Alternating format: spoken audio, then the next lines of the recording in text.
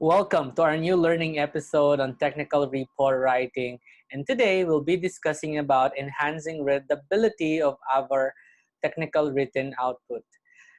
Allow me to share my slide.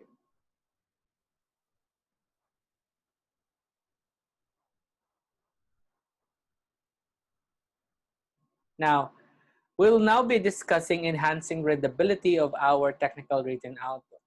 The question would be, why do we need to do this? Why do we need to check readability of our document?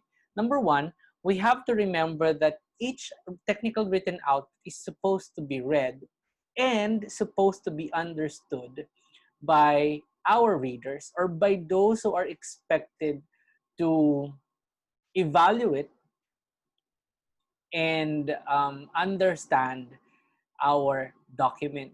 Second, we have to ensure that we follow all the rules and all considerations when it comes to technical writing. There are several levels in checking on our and checking on the readability of our document. Number one, we'll look at document level. And when we say document level, we're looking at contents. We're checking on if the contents are correct, if the contents are intact.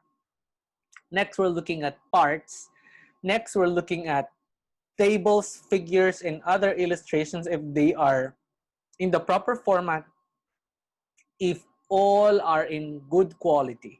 And we're looking at also order, and we're trying to look at tone, and we have to ensure that the document is reader-centered, that it doesn't require somebody who will explain to him or to her the document. By himself alone, by reading the document, he could be able to understand it. Next level is the paragraph level. That means the paragraphs within the document must be checked according to structure.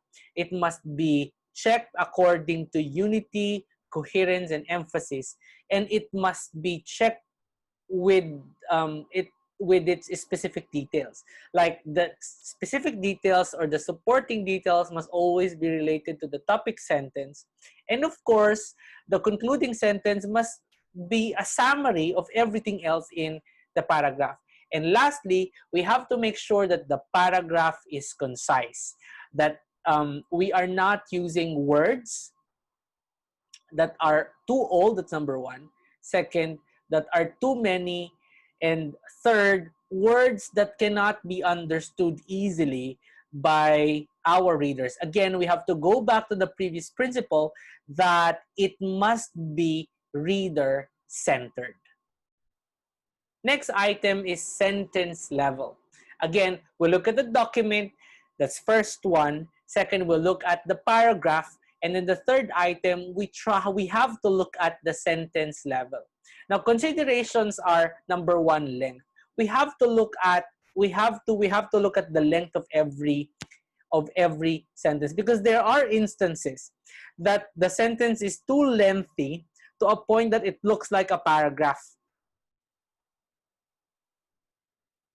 By structure in itself, it is probably correct, but we have also to remember that can lead to confusion to our readers. Again, we have to go back to the previous principle that it must be reader-centered. Second item is we have to look at its structure. Is it passive or active? Is it passive or active? And our recommendation is that more sentences or majority of the sentences must be active than passive. Third, we have to look at the choice of words. Are we using the most appropriate word for this particular expression? And then lastly, we have to make sure, number four item, we have to make sure that the words are concrete. The words are tangible. There are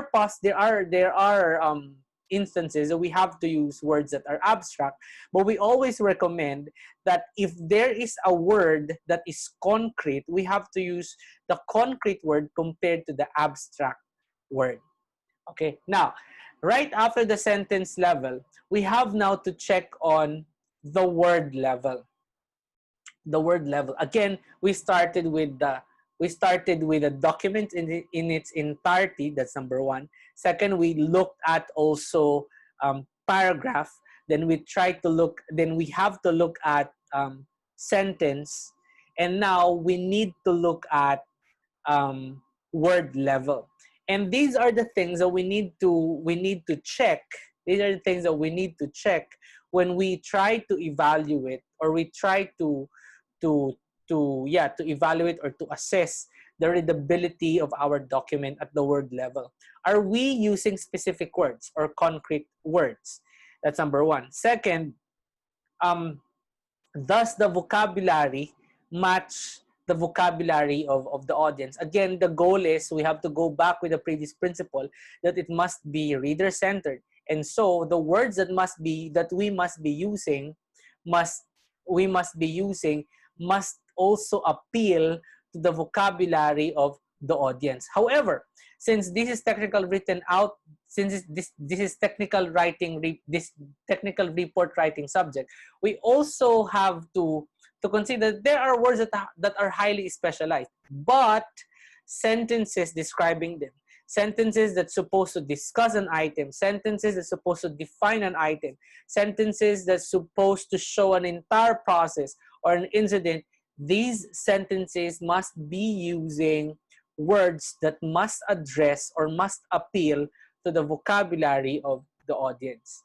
Third item, we need to use clear and plain language. A language that is clear and plain provides us a language that is free from clarification or free from questions. No? And then for items, we need to avoid the use of slang, colloquial words, or cliche words. We need to avoid them because we have to remind ourselves that every technical written output supposed to conform with the conventions of writing, supposed to conform with the formality of the document and formality of its purpose. Fifth item, fifth item, we have to observe also the third person point of view. This shows objectivity. Therefore, we need to get away with pronouns I and pronoun you, we. We have to get away with those pronouns. We always have to use a third person point of view, like he, she, the author, the speaker, the resource person, etc. And then the sixth item, at the word level, we have to make sure that all sentences are objective, and we have to always observe SMART, meaning sentences must be specific, measurable, attainable, reliable, and time-bound. Words must be smart, sentences must be smart, paragraphs must be smart, and so the entire document must also be smart. Now, that's the last slide, and thank you very much for watching.